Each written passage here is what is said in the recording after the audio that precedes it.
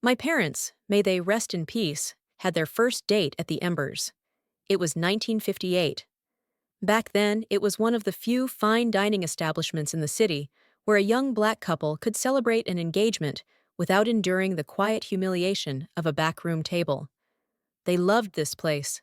My father always said the steak was good, but the dignity was better. He said it tasted like respect. I can still smell the mix of old leather, beeswax, and my mother's gardenia perfume that seemed to cling to the velvet curtains. 60 years later, the scent has faded, replaced by the sharper, cleaner aroma of modern ambition. But the memory, for me, remains. That's why I chose it for our 30th anniversary. I thought it would please Julian, a nod to the foundations of my family, a family he had married into. I was wrong. The man sitting across from me tonight was not the man who had placed a ring on my finger 3 decades ago. That man's eyes held a warmth that could have lit this whole dim room. Julian's eyes now were like polished stones, reflecting the candlelight, but generating no light of their own. He was watching me, but he wasn't seeing me. He was assessing me. What was it about a long marriage that could turn a shared life into a quiet, protracted business negotiation? Before I dive in, let me know in the comments where you're watching from. And if you enjoy stories where justice is finally served, please like and subscribe. It helps me keep sharing more. Our friends, the Pattersons, were with us. Cynthia and Thomas. We'd known them for 20 years. Cynthia was my closest confidant, the sister I never had. She was raising her wine glass, her diamond bracelet catching the light. "To Alara and Julian," she chirped, her voice a little too bright. 30 years! In this day and age, that's more than a marriage, it's a miracle. Thomas grunted his agreement, a man of few words and much steak. The toast was lovely, but Julian's smile didn't reach his eyes. He took a sip of his Merlot, a wine I knew he considered beneath him, and set the glass down with a definitive click. 30 years is a long time, he began, his voice smooth and practiced, the voice he used when addressing a boardroom. It's a testament to partnership, to sacrifice. He looked from Cynthia to Thomas, then his gaze settled on me. It felt heavy, like a verdict. And as we look to the next 30 years, to our retirement, our legacy, we have to be practical. I felt a cold knot tighten in my stomach. I knew this tone. This was his strategic planning voice.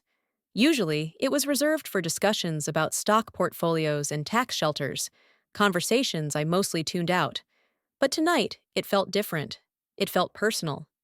Cynthia leaned forward, her expression a mask of sincere interest. "Oh, big plans, Julian?" He gave a small, self-deprecating laugh, a sound utterly devoid of humor. "Just ensuring our golden years are actually golden. We all know I've had a few setbacks with the market this year." He said it so casually, as if losing a fortune was like misplacing his keys. "Alara has been incredibly patient." The word patient hung in the air, tasting of accusation. He was painting a picture for our friends, casting himself as the struggling provider, and me as the comfortable, insulated wife. I could feel Thomas shifting uncomfortably beside me. He was a simple man. He fixed cars. He didn't understand this world of abstract losses and leveraged assets. He just understood a man putting his wife on the spot. I tried to steer the conversation back to safer waters. "The scallops are divine, Cynthia. You must try them." But Julian was a dog with a bone. "The thing is," he continued, ignoring me completely, "my portfolio needs a significant capital injection to recover, a foundational investment to build upon." He paused, letting the silence stretch. Then he looked directly at me, his voice dropping but losing none of its intensity. "And the answer has been right in front of us this whole time. Your parents' inheritance, Ilara." The world seemed to stop. The murmur of other diners, the clinking of silverware, the soft jazz from the corner, it all faded into a dull, distant roar. My inheritance wasn't just money in a bank. It was my parents' life's work. It was the seed money for a community center they had poured their souls into, A safe haven for kids in a neighborhood that had none. It was a living, breathing promise. Julian, I started, my voice barely a whisper. We've discussed this. That money is for the foundation. He waved a dismissive hand, the gesture so arrogant it stole my breath. The foundation can wait. It's a charity, a hobby. This is our life. I've already had the paperwork drawn up by my lawyer. It's a simple transfer of assets. You just need to sign. He said it right there, in front of Cynthia, my best friend, in front of Thomas. He wasn't asking me, he was demanding, humiliating me. He saw my shocked silence not as pain, but as hesitation to be overcome. His voice took on a sharper edge, a cruel mockery of reason.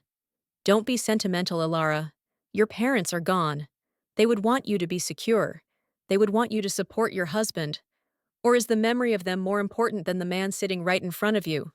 Cynthia gasped, placing a hand on his arm. Julian, maybe this isn't the time. But he shook her off. His eyes were locked on mine, cold and unyielding. He had brought me to this sacred place, a place built on love and respect, to commit the ultimate act of desecration. He wasn't just asking for my money, he was asking for my soul. And he was doing it in front of the world, daring me to refuse. He picked up his fork and smiled, a thin, predatory curve of his lips. So, we're a team, aren't we? You'll sign. It wasn't a question. It was a command.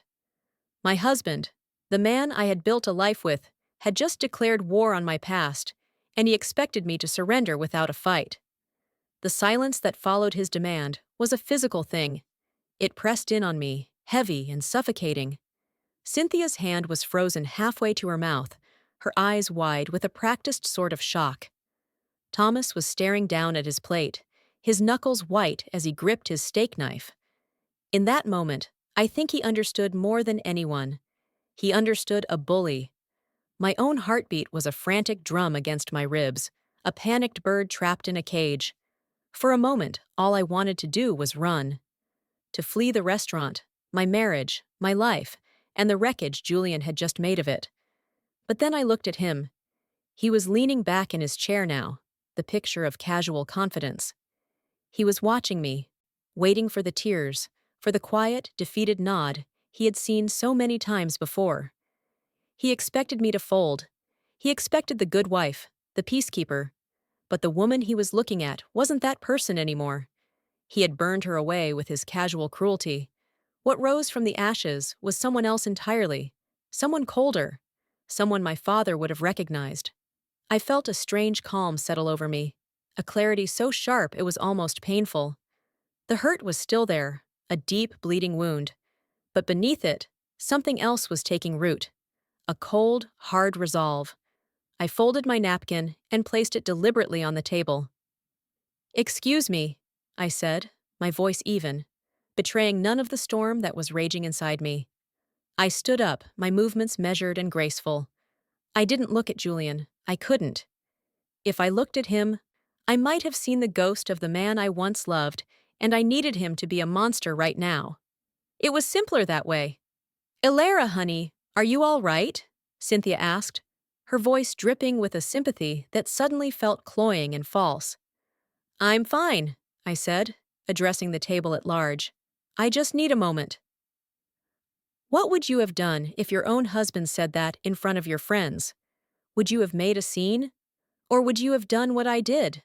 The walk to the ladies' lounge felt a mile long. Each step was a conscious decision not to crumble. The plush carpet absorbed the sound of my heels, swallowing my escape. I could feel their eyes on my back, a mixture of pity, curiosity, and in Julian's case, smug certainty. He thought I was going to cry. He thought I was going to compose myself and come back to the table, ready to concede. He had no idea. Inside the lounge, the air was cool and smelled of roses and chemical polish. I didn't look in the mirror. I didn't want to see the face of a fool, the woman who had been blind for so long. Instead, I walked to the small velvet bench in the corner and sat down, my back straight. I pulled my phone from my clutch, its cool, metallic weight a comfort in my trembling hand. My fingers flew over the screen, past the numbers for my daughter, my doctor, my bank. I scrolled deep into my contacts, to a name I hadn't called in over 5 years. A name linked to a promise I made to another woman on her deathbed. Please, she had whispered, her hand frail in mine.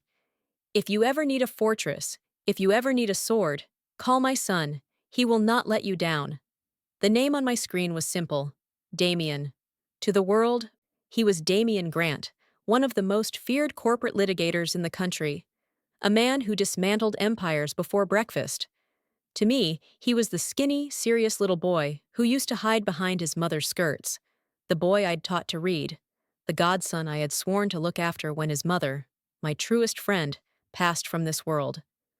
I pressed the call button. It rang once, twice. Then his voice, deep and calm, a voice that commanded billions. Ilara? He never called me auntie. It was too soft a word for him. He always used my name, as if we were peers, equals. Damien, I said, my voice cracking just once. I need you. I didn't have to say more. There was a pause, and in it I could hear the silent whirring of his mind, processing the raw emotion in my 2 words. Where are you? He asked. His tone had changed. The warmth was gone, replaced by a focused, chilling intensity. It was the voice that made CEOs tremble. The embers, I said, on Grand.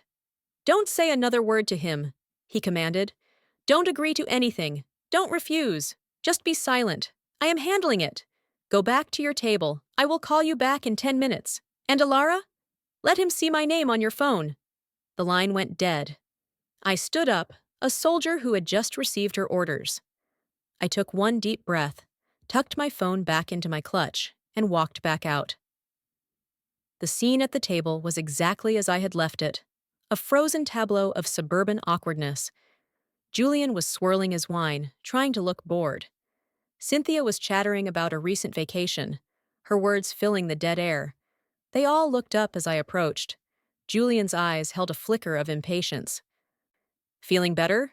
He asked, a condescending tilt to his lips. I didn't answer. I simply sat down, placed my clutch on the table, and then, with deliberate intent, took my phone out and placed it face up beside my plate. Julian's eyes flickered down. I saw him read the name on the screen from the missed call notification. Damien Grant. For a split second, the mask of supreme confidence slipped. I saw a flash of something I had never seen in him before.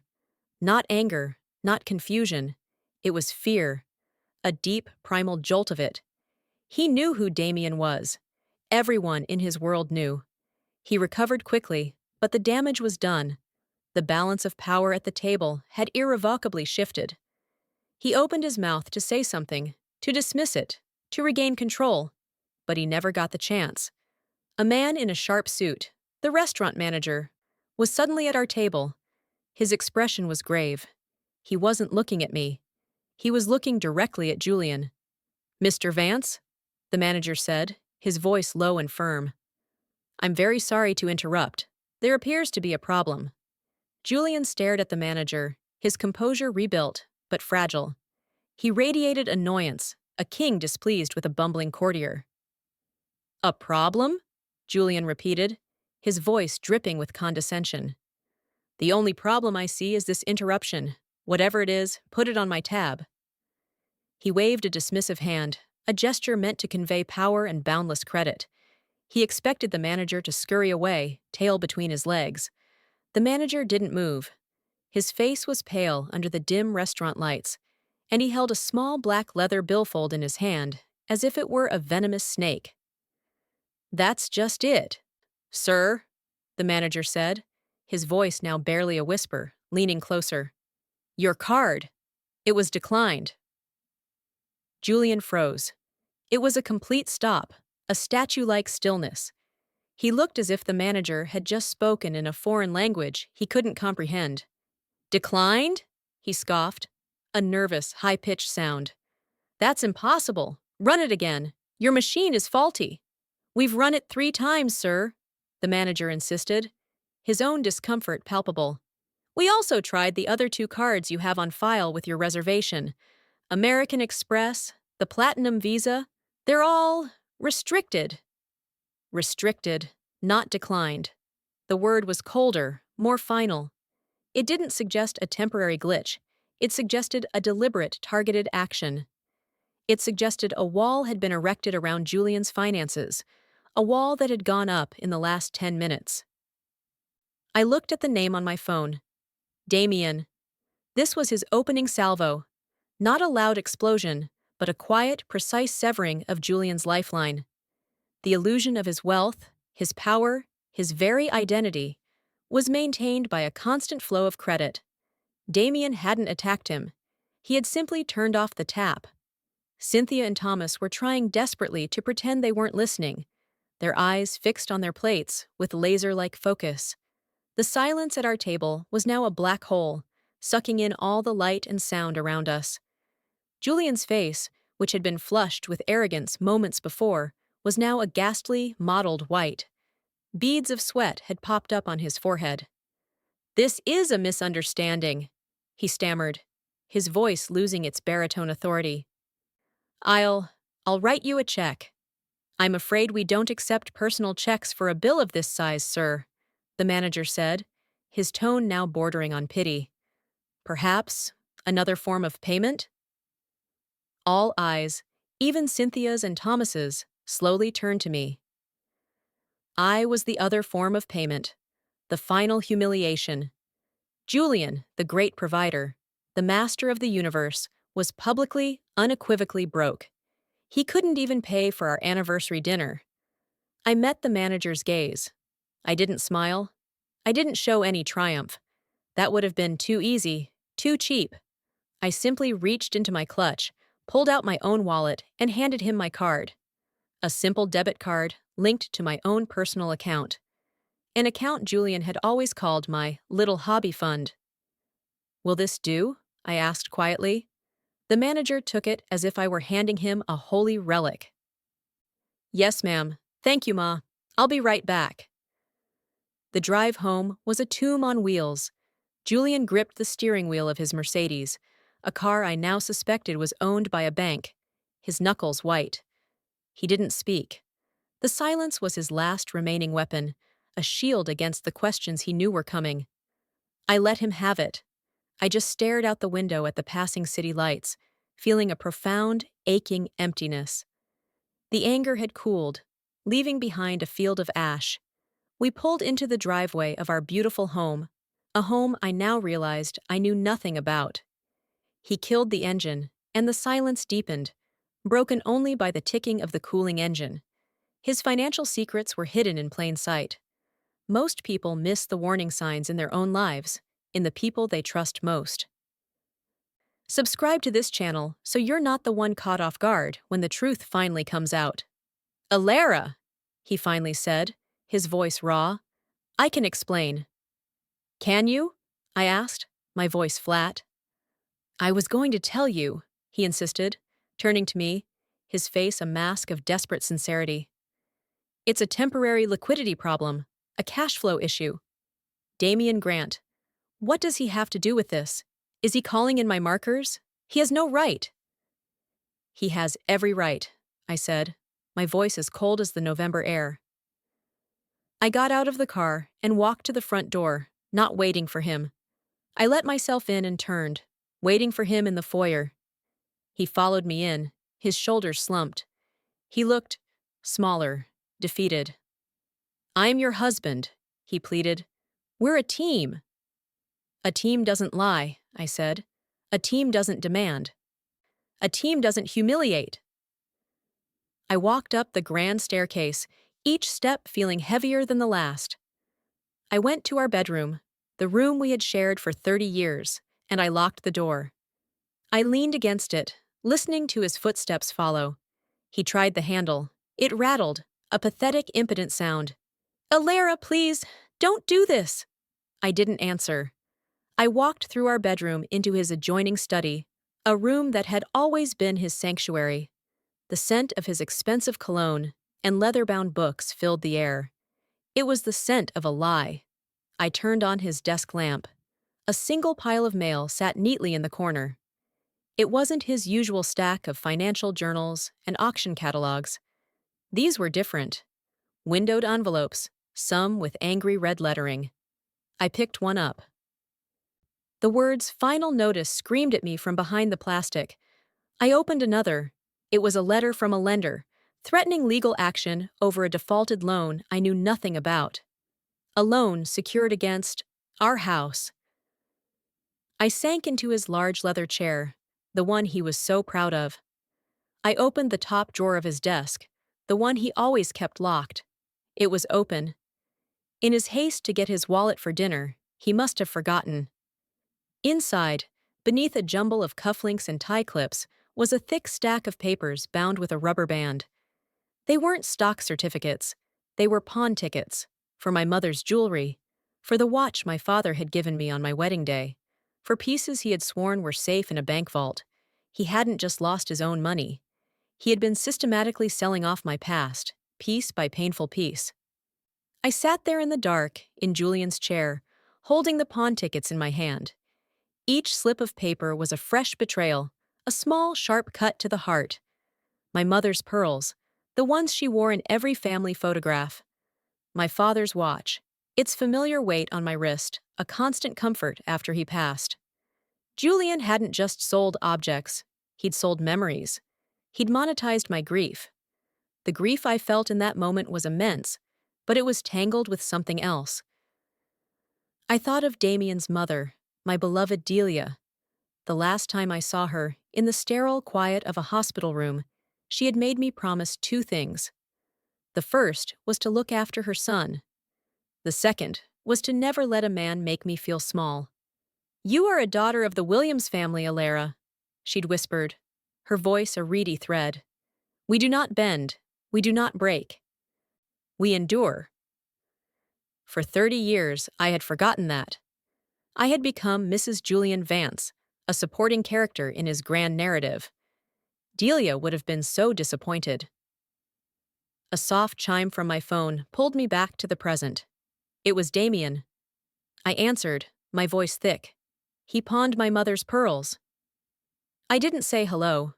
I just stated the fact, a new entry in a growing ledger of grievances. Damien was silent for a moment. I could picture him perfectly, sitting in a glass-walled office overlooking a city that never slept, his face impassive, his mind a whirlwind of strategic calculations. "I see," he said finally, his voice devoid of pity, but full of a cold, controlled anger on my behalf. "This is more extensive than I suspected. The credit lines were just the surface. I need you to grant me full power of attorney, Ilara. Temporarily. I need the authority to act on your behalf, to access everything, not just your finances, but Julian's. I need to see the whole board before I can checkmate him. Do you think I was right to unleash Damien? Or was I going too far in that moment of anger?" "What are you going to do?" I asked. "I'm going to build a fortress around you and everything your parents worked for," he said, his voice low and firm. "A fortress so high and so strong that he will never be able to touch it, or you, again. But I have to know everything he's done, every secret, every debt. I need your permission to dig." I thought of my parents. I thought of the community center, the legacy they had built brick by brick, with their own hard-working hands. It wasn't just a building. It was a promise to a generation of children that they mattered, that they had a safe place to dream. Julian saw it as an asset to be liquidated. I saw it as a soul to be protected. The inheritance wasn't a number in a bank account. It was the deed to that building. It was the operational fund that kept the lights on and the doors open. That's what he wanted to gut. That's what he wanted to sign away. The blood in my veins turned to ice. "Do it," I said, my voice clear and steady. "Do whatever it takes. I want to know everything." "I'll have a courier at your door with the documents in an hour," he said. "Don't speak to Julian. Don't open the door for him. He is a desperate man, and desperate men are dangerous. My security team is already monitoring the property. You are safe." Security team. The words were so foreign, so dramatic. This was my life now.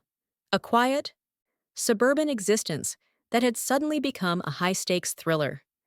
I hung up and walked to the window, peering through the blinds. The street was dark and empty, lined with the familiar shapes of my neighbors' sleeping houses. Everything looked so normal, so peaceful. But it was a lie. My home was a battlefield. My marriage was a lie. As I stood there, a pair of headlights slowly turned onto our quiet cul-de-sac. It wasn't a neighbor's car. It was a long, dark sedan, the kind that looks menacing even when it's standing still. It crept down the street and then stopped, directly across from my house. It just sat there, engine idling, its windows tinted so dark I couldn't see who was inside. For 5 minutes, it didn't move. My heart hammered against my ribs. Was this Damien's security? Or was it something else? Was this one of Julian's secret creditors? The ones from the angry letters in his drawer? A warning? The front door handle to the study rattled violently, followed by Julian's muffled voice. "Ilara! Open this door! We need to talk!" I jumped, startled by the sound. I backed away from the window, my eyes still locked on the dark car. As Julian rattled the door again, more forcefully this time, the headlights on the sedan flashed once, twice, brightly, illuminating my window, pinning me in their glare. It was a signal, a message. Then, as slowly as it arrived, the car pulled away from the curb and disappeared into the night, leaving behind only a deeper darkness and a chilling question. Who else was my husband afraid of? The sound of the sedan's engine faded, but a new, more immediate noise took its place. A splintering crack, followed by the shuddering impact of a heavy weight against the study door. Julian wasn't pleading anymore. He was breaking it down. The lock gave way with a final, pathetic groan, and the door flew open, slamming against the wall. Julian stood there, framed in the doorway, a wild, desperate animal. His tie was gone, his shirt was untucked, and his face was a wreck of fear and fury. "What did you do, Ilara?" he gasped, his chest heaving. "What did you tell him?" He saw the pawn tickets scattered on his desk, the angry letters I had found, and his face crumpled. The last of his bravado vanished, replaced by a raw, shuddering despair. He stumbled into the room and collapsed into the visitor's chair opposite his desk, burying his face in his hands. His shoulders shook with ragged, tearing sobs. It was the most honest emotion I had seen from him all night. For a fleeting second, a ghost of the man I married flickered in front of me. The man who had held me when my mother died. The man who could make me laugh like no one else. What happened to us? The anger in my chest warred with a deep, sorrowful pity. I sat down in his desk chair, a queen on a usurped throne, and waited for the confession I knew was coming. "It's not what you think," he finally choked out, his voice muffled by his hands. "The money, the market, that was just a story, a cover." He looked up at me, his eyes red-rimmed and pleading. "I'm not a bad investor, Ilara. I'm a weak man."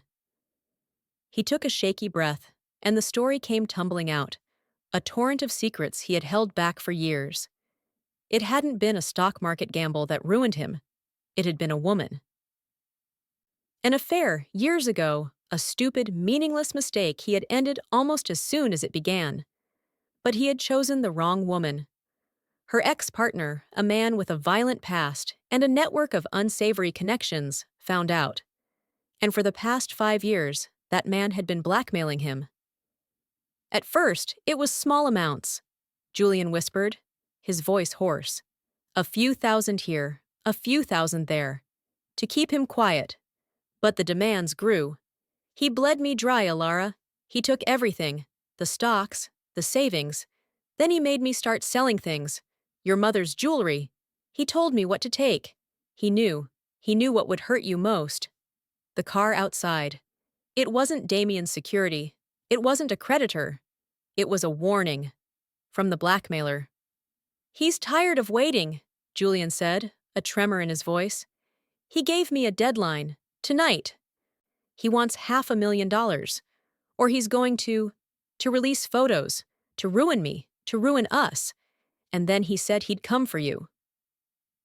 My blood ran cold. This wasn't just about money and lies anymore. This was about danger, real, physical danger. The inheritance, he sobbed. It wasn't for me. It wasn't for greed. It was to pay him, to make him go away forever so we could be safe.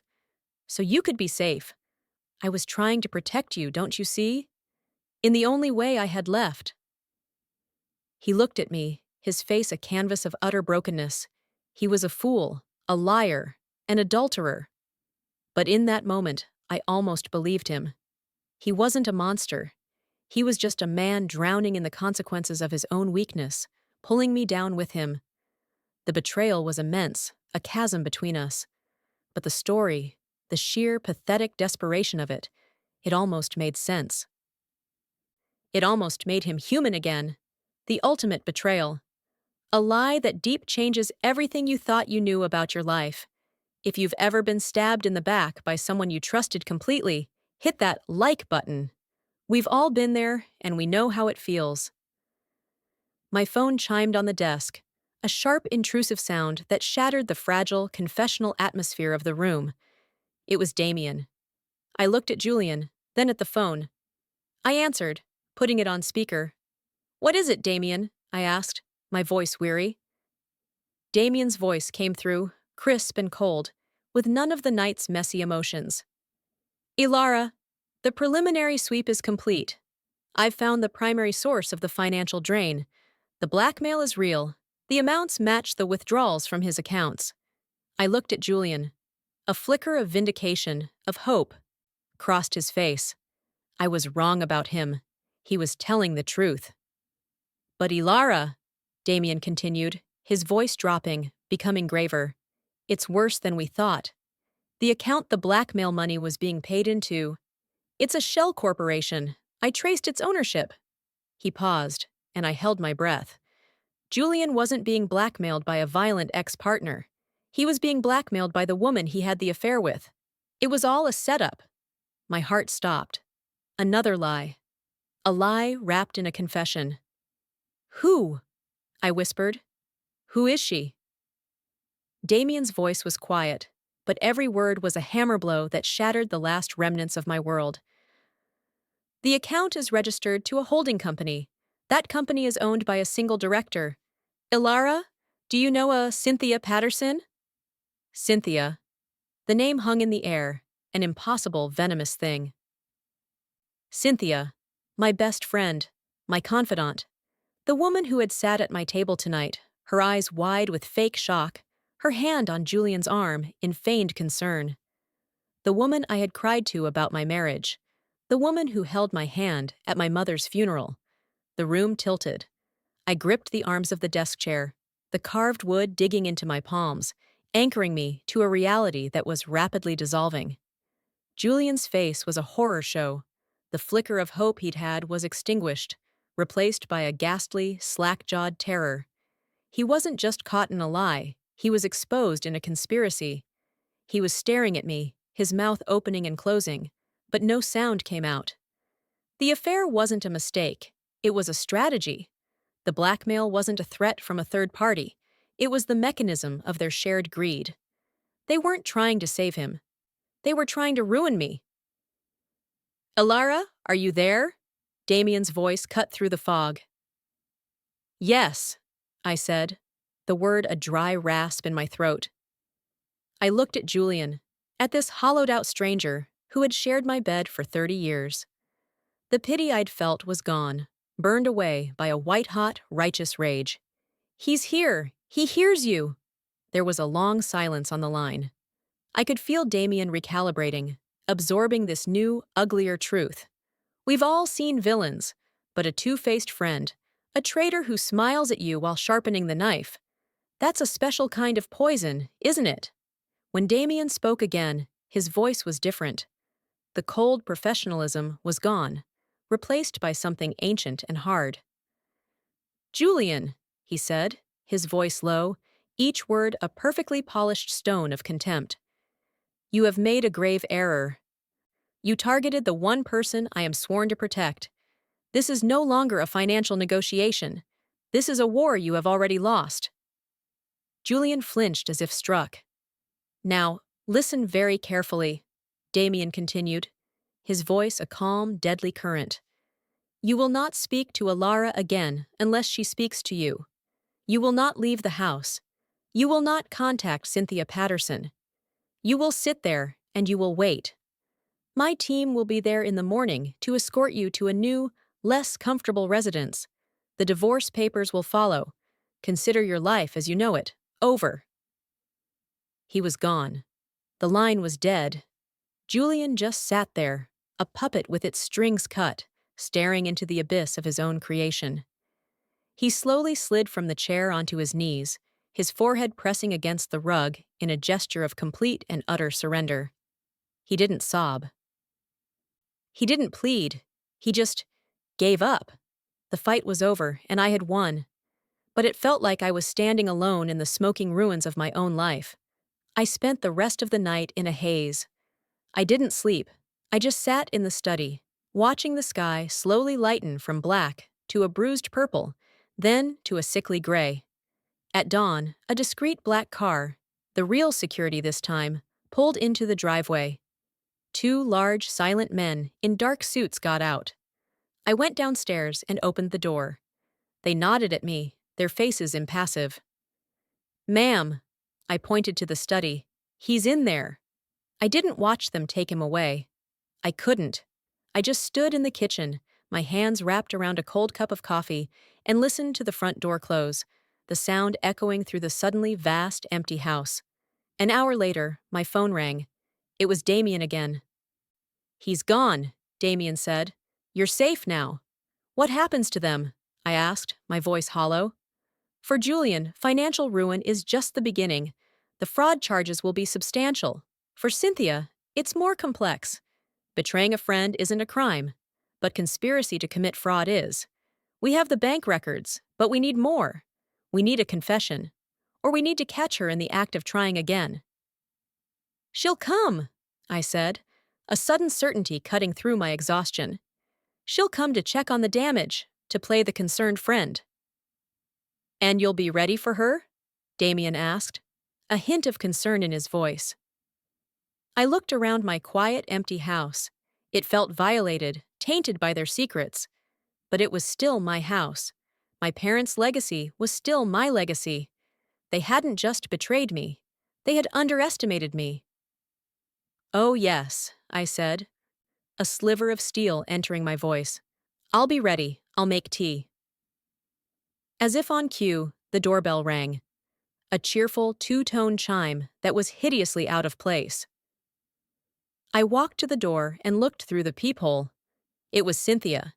She was holding a bakery box, a bright, sunny smile plastered on her face. She looked up, as if sensing me, and her smile widened. Her eyes were full of a deep, sorrowful concern. She was a magnificent actress. "Elara, honey," she called out, her voice a perfect imitation of worried friendship. "I heard you and Julian had a terrible fight last night. I was so worried. Is everything okay?" I took a deep breath, smoothing the front of my silk robe. I was an actress now, too. The role I was about to play was that of a broken-hearted, confused wife, a woman in desperate need of a shoulder to cry on. I needed to be convincing. I needed her to see me as a victim, weak and vulnerable. Predators are never more confident than when they believe their prey is wounded. I opened the door. The sight of her standing there, holding a box of pastries, as if this were any other Tuesday morning, sent a wave of nausea through me. Her smile was a masterpiece of sympathetic concern. Her eyes, the same eyes that had watched Julian humiliate me, were now wide with feigned worry. "Cynthia," I said, my voice a carefully constructed tremor. "Oh, thank God you're here." It worked. A flicker of triumph, quickly suppressed, crossed her face before she rearranged her features into a mask of deep compassion. She bustled past me into the foyer, placing the bakery box on the hall table. "You poor thing," she cooed, enveloping me in a hug. Her perfume was overwhelming, a cloying, expensive scent that now smelled of deceit.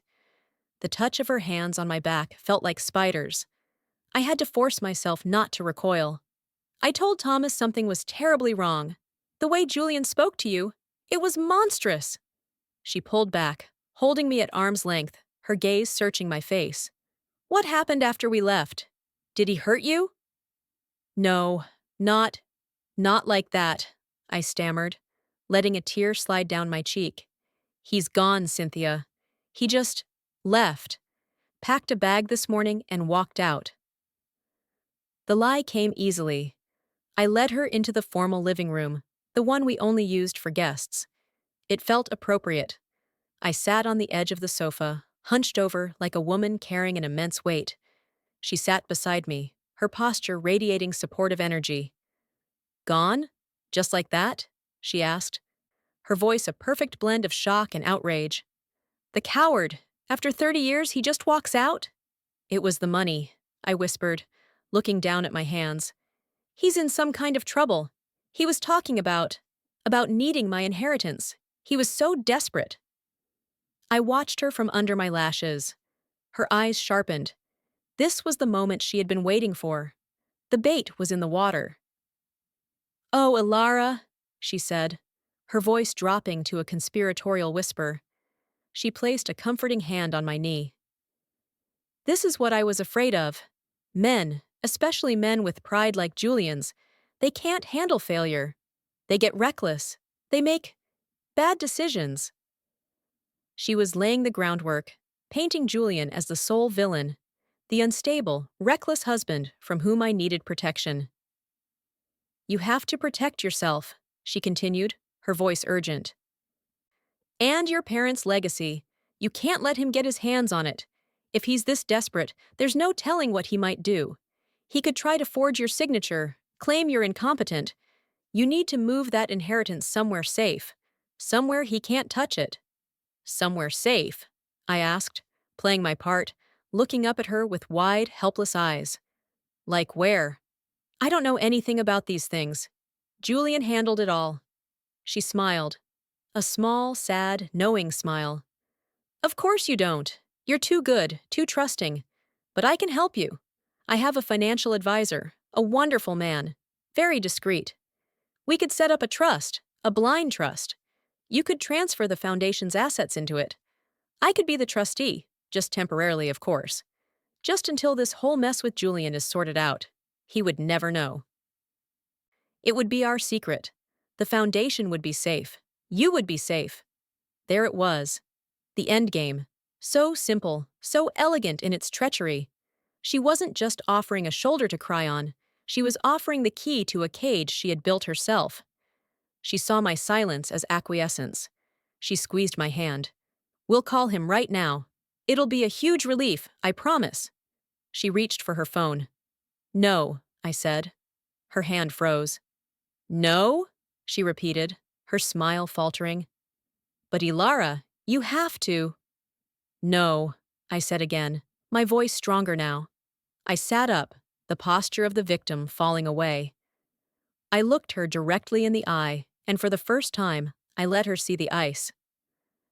I don't think that will be necessary. Confusion warred with alarm on her face. I don't understand. Don't you? I asked. I reached for my phone, which was sitting on the coffee table between us. I tapped the screen once. You're on speakerphone, Cynthia. From the small speaker on my phone, Damien's voice emerged, no longer a whisper in my ear, but a clear, cold judgment in the room. Cynthia Patterson, he said, his voice echoing with chilling authority. That's called conspiracy to commit fraud, and we have you on tape. Cynthia's face went completely white.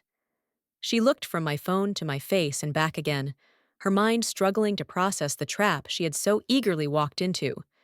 She shot to her feet, her eyes darting towards the door like a cornered animal. You bitch, she hissed, the mask of friendship finally, completely gone, revealing the ugly, snarling face beneath. You think you're so clever. No, I said, standing to face her. I just trust my friends. I reached for a thick envelope that I had placed on the table before she arrived. I pulled out the contents and slid them across the polished wood of the coffee table. The top sheet was a restraining order, legally barring her from coming within 500 feet of me or any property associated with my family's foundation. Beneath it were printouts, screenshots of text messages, dozens of them, incriminating, loving, conspiratorial messages between her and my husband, detailing their entire plan. Damien hadn't just found the bank accounts, he'd found their entire digital history. Her eyes scanned the pages, and a small, strangled sound escaped her lips. It was the sound of a carefully constructed world turning to dust. She had been so busy watching the wounded prey, she never saw the second hunter circling in the shadows. Cynthia stared at the evidence of her own treachery, her face a ruin of shock and dawning horror. For a long, silent moment, the only sound in the room was the ticking of the grandfather clock in the hall, a sound I hadn't noticed in years. Each tick was a second of her old life falling away. She didn't scream. She didn't cry. The fight drained out of her, leaving an empty, brittle shell. She gave me one last look, a look of pure, undiluted hatred, then turned and walked out of my house without another word. I watched her go, and I did not feel triumph. I did not feel joy. I felt a profound, cleansing emptiness. The storm had passed. The poison had been drawn. The house was finally, truly, quiet. The days that followed were a blur of legalities. Damien was a master puppeteer, pulling strings I didn't even know existed. Julian and Cynthia, stripped of their assets and facing a mountain of evidence, turned on each other like starving wolves. Their beautiful, treacherous conspiracy dissolved into a pathetic squabble of blame and recrimination. I didn't follow the details. I didn't need to. I had delegated the war, and now my only job was to rebuild the peace. I sold the house. It was a beautiful place, but it was haunted by ghosts I no longer wished to live with. I used the money to buy a smaller, simpler home, a place with a garden I could tend with my own two hands. And with the rest, and with my inheritance now secure, I turned my full attention to my parents' legacy. 6 months can feel like a lifetime, or like a single long exhale after a storm. For me, it was both. The community center, which had been struggling, was reborn. It was no longer just a building, it was a beacon. With Damien's legal prowess and my renewed purpose, we formally established the Williams Grant Foundation, weaving my parents' name together with that of the man who had helped me save their dream. I was there every day. I knew the names of all the children who rushed through the doors after school. I knew their dreams and their struggles. I saw my mother's smile in the face of a little girl who had just learned to read, and my father's determination in a teenage boy learning to code on the new computers we had installed. My life had become smaller, but it felt infinitely larger. One crisp autumn afternoon, Damien came to visit. He wasn't Damien Grant, the legal titan that day. He was just the boy I had raised, the son of my dearest friend. We walked through the foundation's bustling main hall, the sounds of laughter and learning echoing around us. He looked around, a rare, soft smile on his face. "Delia would have loved this," he said quietly. "She would have been so proud of you, Alara." "She would have been proud of us," I corrected him. We stepped outside into the late afternoon sun. I looked at the building, at the children playing in the yard, at the life that was thriving within these walls. My parents had built the structure, but a new foundation had been laid, one forged in betrayal, but tempered by loyalty and love. Julian had demanded my inheritance, believing it was a treasure he could steal. He and Cynthia saw it as a number on a balance sheet. They never understood. The true inheritance wasn't the money or the property. It was the purpose. It was the principle. It was the strength to protect what truly matters, not from a position of wealth or power, but from a foundation of integrity. This story teaches us that the most valuable things in life are not assets to be liquidated, but legacies to be honored. True strength isn't about the wars you win, but about the things you refuse to sacrifice. Greed can build an empire, but only character can build a legacy that lasts.